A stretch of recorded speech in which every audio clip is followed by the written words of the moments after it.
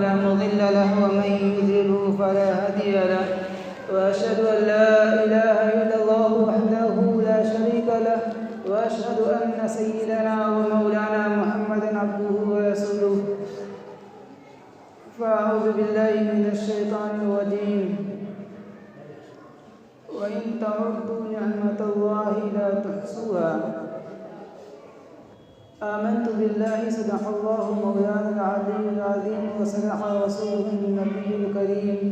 ونحن على ذلك من الشاهدين والشاكرين والحمد لله رب العالمين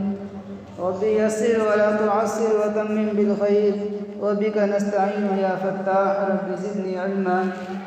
رب اشرح لي صدري ويسر لي أمري واحلل عقدة من لساني يفقهوا قولي اللهم صل على سيدنا محمد وعلى آل سيدنا محمد وبارك وسلم اللهم صل على سيدنا محمد وعلى آل سيدنا محمد وبارك وسلم اللهم صل على سيدنا محمد وعلى آل سيدنا محمد وبارك وسلم. بزرگان محترم و برادران عزیز، اللہ تبارک و تعالی نے ہم سب کو اپنی قدرت کاملہ سے پیدا فرمایا اور بے شمار انعامات سے نوازا کہ ہم اللہ کی نعمتوں میں گھرے پڑے ہیں. اللہ تعالیٰ فرماتا ہے وَإِن تَعُدُّوا نِعْمَةَ اللَّهِ لَا تُحْصُوهَا، اگر تم اللہ کی نعمتوں کو گننا چاہو تو گن نہیں سکتے. دنیا میں سارے درختوں کے پتوں کو گننا ممکن، ریت کے ذرات کو گننا ممکن، آسمان کے ستاروں کو گننا ممکن اور سمندر کے پانی کے قطروں کو گننا ممکن، لیکن اللہ تبارک و تعالیٰ کی نعمتوں کو گننا ناممکن. آپ غور فرمائیں تو حیران رہ جائیں گے کہ اگر اللہ تبارک و تعالیٰ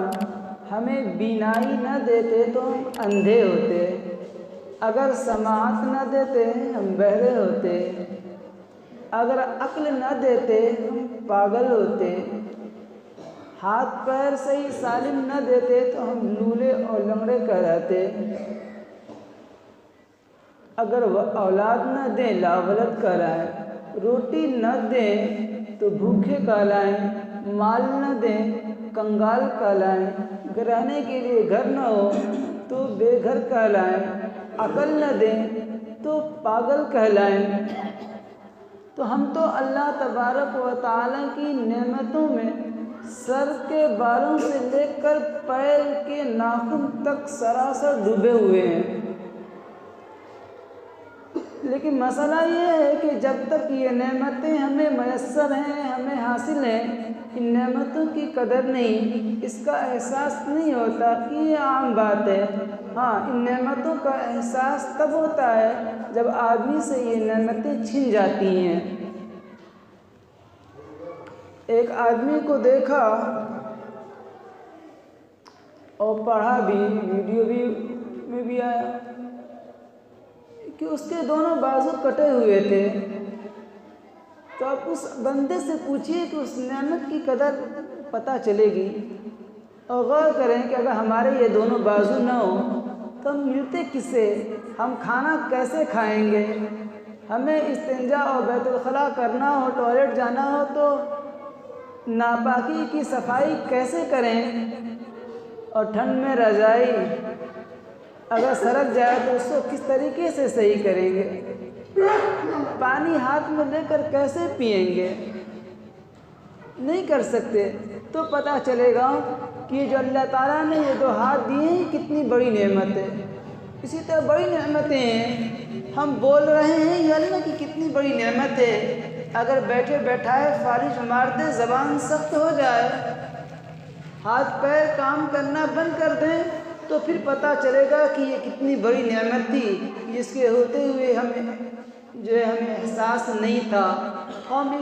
اس کو مس یوز کر رہے تھے. ایک مرتبہ راجستھان کی جماعت میں چل رہا تھا تو وہاں ایک آدمی سے ملاقات ہوئی، جمعے کے بیان میں گیا تو لوگ بتا رہے تھے کہ ایک آدمی تھا، وہ اچھا خاصا بولنے والا ہم لوگوں کی طرح تھا، لیکن لوگ کہنے لگے کہ ابھی کچھ دن پہلے جو ہے ان کو بیٹھائے جو ہے ایسا ہو گیا کہ اب یہ بول نہیں پاتے۔ تو اس وقت پتہ چلتا ہے کہ اللہ تبارک و تعالیٰ نے یہ نعمتیں دی ہیں، لیکن اللہ جب چاہے ان نعمتوں کو واپس بھی لے سکتے ہیں، چھین سکتے ہیں، لیکن یہ نعمتیں ہمیں میسر ہیں، ہم اس کو اپنی مرضی سے جس طریقے سے چاہے اللہ کی نافرمانی میں اپنی مرضی میں استعمال کر رہے ہیں، اس کی قدر نہیں ہے ہمیں۔ ہارون رشید کا واقعہ ایک مرتبہ سنایا تھا کہ ہارون رشید بادشاہ ہے، اور اس وقت جو ہے ایک بزرگ آدمی تھے بہلول رحمۃ اللہ علیہ، مجذوب قسم کے آدمی تھے، تو ان کو دربار میں آنے کی پوری چھوٹ دے رکھی تھی ہارون رشید نے۔ تو ایک مرتبہ ان کو پیاس لگی شدت کی، تو انہوں نے پانی منگایا، تو بہلول وہاں موجود تھے، کہنے لگے کہ بادشاہ سلامت ایک سوال کرنا چاہتا ہوں، ذرا ٹھہریے۔ تو بادشاہ نے کہا پوچھو۔ کہنے لگے کہ آپ کو ابھی بہت تیز پیاس لگی ہے، کہیں پڑھا تھا کہ وہ جنگل میں سفر کے لیے نکلے تھے، شکار کے لیے۔ تو کہنے لگے کہ آپ یہ سوچئے کہ آپ کو بہت تیز شدت کی پیاس لگی ہو، چلچلاتی دھوپ ہو، گرمی ہو، آپ کو اتنی تیز پیاس لگی ہو کہ برداشت کے باہر گلا سوکھ رہا ہو کہ آپ برداشت نہیں کر سکتے۔ اب اس وقت ایک دنیا میں کہیں پانی موجود نہ ہو، صرف ایک آدمی کے پاس پانی موجود ہو، ایک پیالہ، تو آپ بتائیے کہ آپ اپنے پیاس کو بجھانے کے لیے اس ایک پیالے کی کیا قیمت ادا کریں گے؟ تو ہارون رشید نے کہا کہ میں اپنی آدھی سلطنت یعنی آدھی حکومت دے دوں گا۔ تو حضرت بہلول نے کہا کہ اچھا مان لیجئے آپ نے آدھی حکومت اپنی دے دی اور اس ایک پیالہ پانی کو لے کر پی کر اپنی پیاس بجھا لی، پیاس تو بجھ گئی، آپ کی جان بچ گئی۔ اب اس کے بعد آپ کو پیشاب لگ گیا، اور پیشاب رک گیا، پیشاب باہر نکلنے کا نام نہیں لیا، پیشاب رک گیا، اور آپ جانتے ہیں کہ پیشاب جب رک جائے تو انسان مچھلی کی طرح تڑپتا ہے۔ تو اب بتائیے کہ پیشاب آپ کا رک گیا، آپ مچھلی کی طرح تڑپنے لگے، اور ایک آدمی کے پاس ایسی دوا ہے جس سے آپ کا پیشاب باہر ہو جائے، تو اب بتائیے کہ اس کو کتنی قیمت دے کے آپ وہ دوا لے سکتے ہیں؟ تو ہارون رشید بادشاہ نے کہا کہ ہم اسے آدھی حکومت دے دیں گے اور وہ دوا لے لیں گے۔ تو حضرت بہلول نے کہا کہ اس سے پتہ چلا کہ آپ کی یہ پوری سلطنت ایک گلاس پانی پیٹ میں لے جانے اور پھر اس پانی کو باہر نکالنے کے برابر ہے۔ تو اب آپ بتائیں کہ آپ نے اب تک کتنے ہزار پیالے پانی کے پیے ہوں گے، اور اللہ کی کتنی نعمت استعمال کی ہوگی، اس کی کیا قیمت ہوگی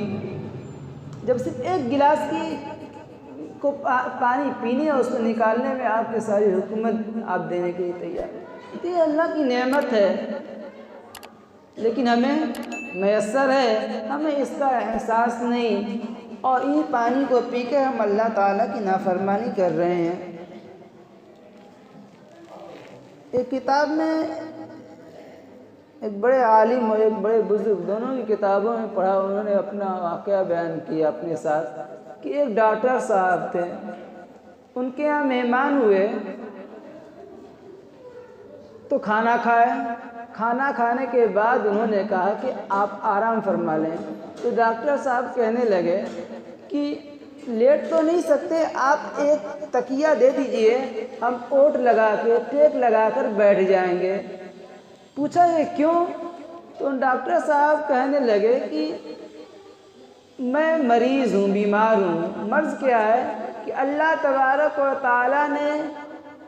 کھانے کی جو یہ نالی ہے، اس میں ایک وال بنا رکھا ہے کہ ہم جو کھانا کھاتے ہیں تو وہ کھانے کی خوراک کی نالی کے اندر سے پیٹ میں چلا جاتا ہے، اور جیسے ہی پیٹ میں جاتا ہے تو پھر وہ جو وال ہے بند ہو جاتا ہے کہ اب وہ کھانا باہر آنا چاہے تو نہیں آتا۔ اسی لیے اگر وہ کوئی کھانا کھا کے یا پانی پی کر الٹا اگر ہو جائے الٹا، تو وہ کھانا باہر منہ کے سہارے باہر نہیں آتا۔ تو اللہ تعالیٰ نے ایک وال وائپر بنا رکھا ہے۔ کہنے لگے کہ وہ وال میرا لیک ہو گیا ہے، کہ اب جب وہ وال لیک ہو گیا تو اب میں ذرا بھی لیٹتا ہوں تو جو کچھ پیٹ میں ہوتا ہے وہ سارا باہر آ جاتا ہے۔ تو اس وجہ سے اب کئی سالوں سے جو ہے میں بغیر لیٹے ہوئے بیٹھے بیٹھے رات گزار رہا ہوں۔ اب میں زندگی میں لیٹ کر آرام کرنے کا مزہ نہیں لے سکتا۔ تو گویا کہ اللہ تعالیٰ نے یہ نان ریٹرن وال بنایا ہوا ہے، تو یہ نعمت ہے اللہ تعالیٰ کی۔ تو پتہ چلتا ہے کہ اللہ تعالیٰ کی ایک ایک نعمت کتنی بڑی ہے کہ تھوڑی سی ڈسمس ہو جائے تو ہمارا چین اور سکون ختم ہو جاتا ہے۔ لیکن ہم ہیں کہ ہمیں نعمتوں کی قدر نہیں، اللہ کی نعمتوں کی قدر اور ان نعمتوں کی شکر گزاری اللہ تعالیٰ کی عبادت، اللہ تعالیٰ کی فرما برداری ہے، اللہ تعالیٰ کی اطاعت گزاری ہے۔ اگر ہم اس کے خلاف کر رہے ہیں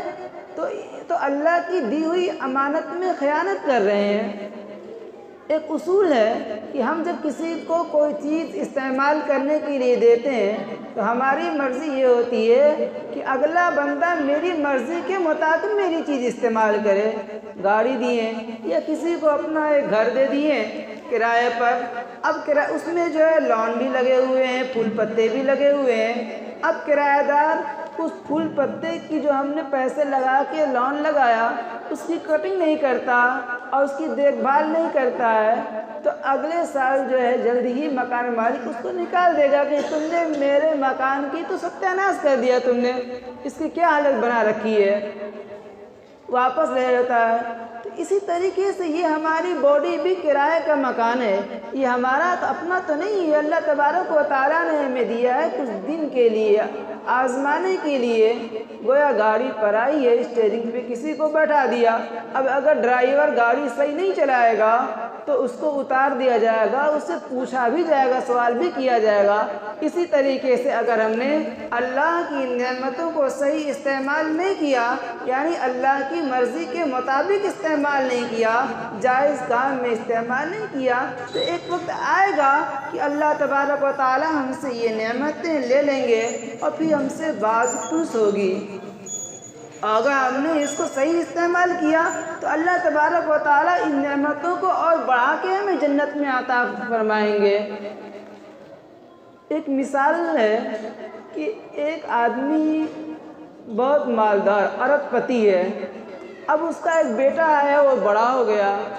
اب وہ ارب پتی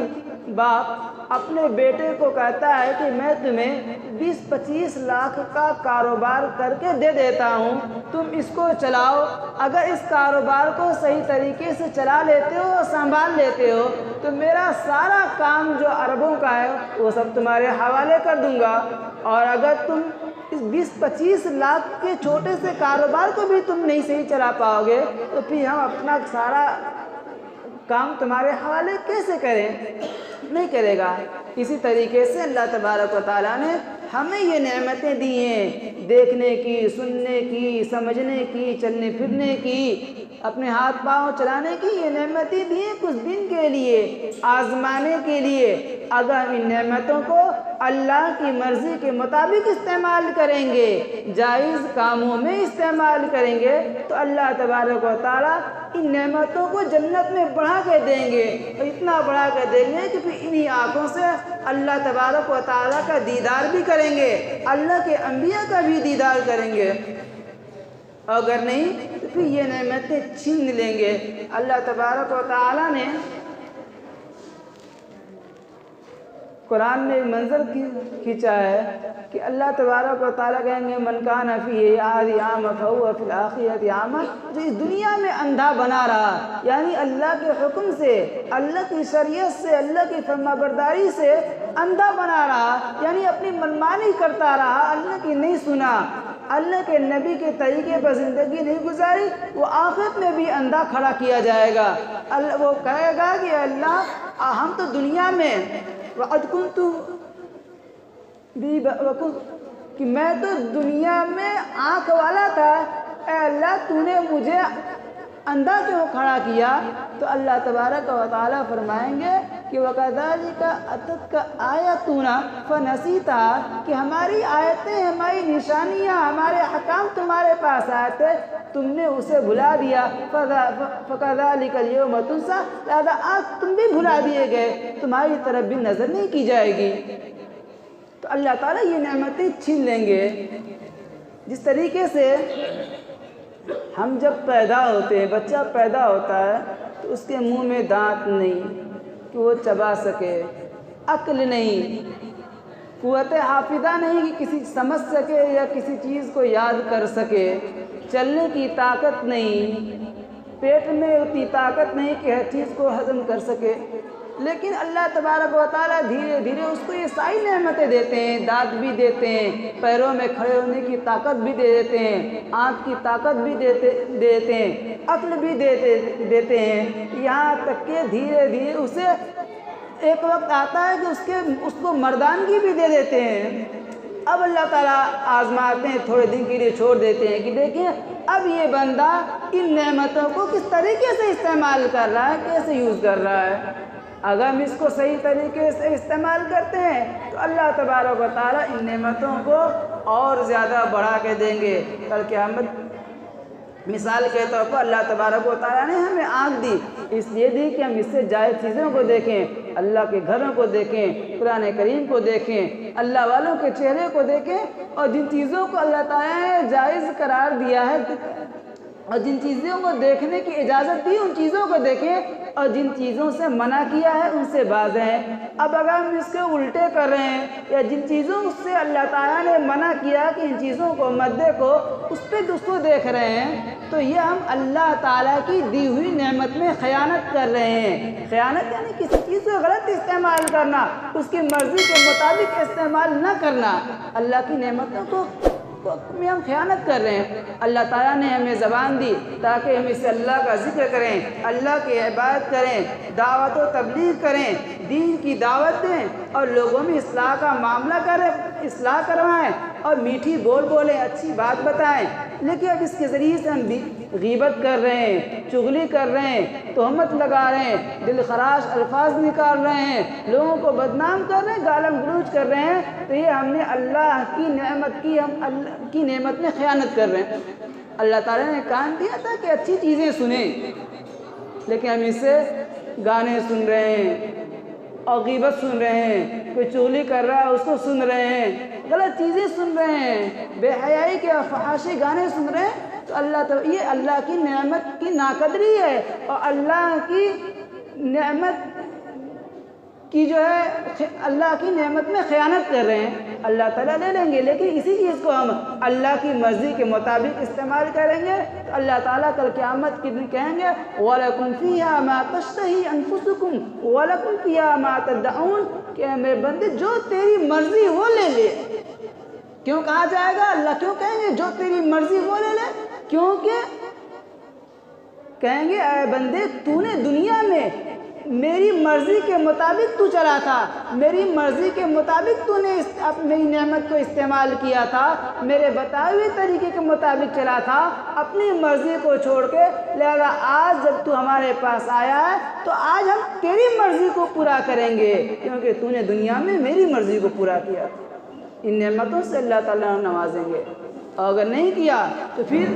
اللہ تعالیٰ کا اصول ہے جزاء من جنس العمل، جیسا ہم گناہ کیے رہیں گے اسی طریقے سے ہمیں گناہوں کی سزا دی جائے گی۔ اگر آنکھوں سے غلط چیزیں دیکھی، غیر محرموں کو دیکھا، فحش چیزیں دیکھی، فحش تصویریں دیکھی، تو حدیث روایت میں آتا ہے کہ لوہے کی سوئیاں گرم کر کے دھکا کے جو ہے آنکھوں میں سلائیاں پھیری جائیں گی، پھر صحیح ہوگا، پھر پھیری جائیں گی۔ اس طریقے سے اگر کوئی فحش کام کرتا رہا، زنا کرتا رہا اور بے حیائی کام کرتا رہا، تو پھر حدیث میں آتا ہے کہ اس کو ایک غار میں ڈال دیا جائے گا جس میں بچھو ہوں گے، اور پھر اس کو بند کر دیا جائے گا۔ اب اس کے جسم پر بچھو اس طریقے سے بیٹھ جائیں گے جیسے شہد کی مکھیاں لپٹی ہوتی ہیں، اور اس کو ڈسیں گی، اور اس طرح سے ڈسیں گے بچھو کہ انسان کے ہر جسم سے خون، ہر جو ہے روئے سے، ہر جو ہے ٹیشو سے خون بہے گا، تکلیف ہوگی۔ کیوں دیا جائے گا ایسا بدلہ؟ کہ تو نے زنا کر کے ایسا گناہ کیا تھا جس سے تیرے ہر ٹیشو نے لذت پائی تھی، لہذا ہم سزا بھی ایسی دیں گے کہ تیرے ہر ٹیشو کو جو تکلیف پہنچے گی۔ اس لیے میرے محترم بزرگوں، ہم نعمتوں کو صحیح استعمال کرنا سوچیں۔ اللہ نے نعمتیں دی ہیں، اس کی قدرداری کریں گے۔ ایک چھوٹا سا اس نعمتوں کو اپنی مرضی کے مطابق استعمال نہ کر کے، غلط استعمال کر کے اللہ تعالیٰ کی ہمیشہ کے عذاب کو اور سالوں کے عذاب کو مول لے لیتے ہیں۔ یہ کتنی بے عقلی کی بات ہے۔ ایک چھوٹے سے بچے کو بھی آپ کہیں اور اس سے یہ ڈیل کریں کہ ہم تمہیں 2 ٹافی دیں گے، لیکن اس کے بدلے میں 2 تھپڑ لگائیں گے، تو وہ چھوٹا بچہ بھی یہ ڈیل کرنے کے لیے تیار نہیں ہوگا کہ 2 ٹافی کے بدلے میں ہم جو ہے 2 تھپڑ کھانے کے تیار نہیں ہوگا۔ لیکن ہم بے عقل ہیں کہ ہم تھوڑی سی لذت کے لیے اور دنیاوی لالی پاپ کے لیے ہمیشہ کی تکلیف کو جو ہے مول لے لیتے ہیں، ہمیشہ کی سزا کو اپنے حوالے کر لیتے ہیں۔ اس سے میرے محترم بزرگوں، ہم قدردانی کریں۔